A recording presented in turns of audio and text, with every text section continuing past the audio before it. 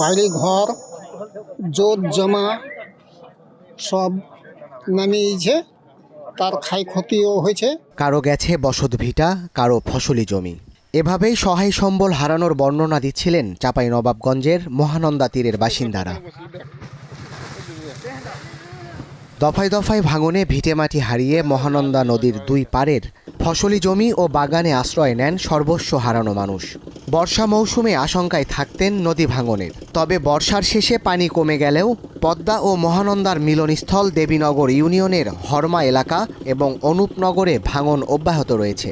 ফসল পানি সব ভেঙে গেল, কেটে গেল, তারপরে বাগান নেমে গেল, তারপরে বাড়ির গোড়াতে চলে গেল।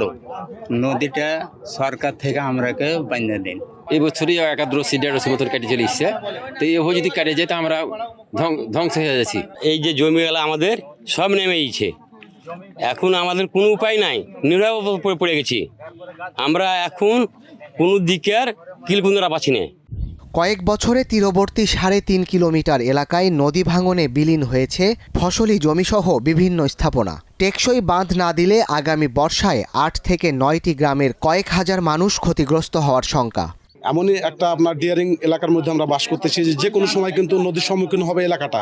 স্কুল মাদ্রাসা ইত্যাদি সবকিছু আমাদের নদীর ভাঙনে ভাঙিয়ে দিয়েছি। 5টা যে মৌলিক অধিকারের মধ্যে বাসস্থান একটি, বাসস্থানে এই মৌলিক অধিকার থেকে আমরা ক্ষুণ্ণ হচ্ছি।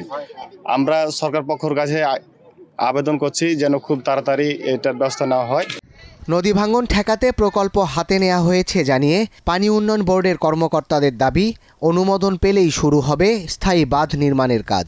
এটার পার্মানেন্ট প্রোটেকশনের জন্য আমরা একটা ডিপিপি জমা দিয়েছি। এটা আমাদের পানি উন্নয়ন বোর্ডের প্রক্রিয়াধীন রয়েছে।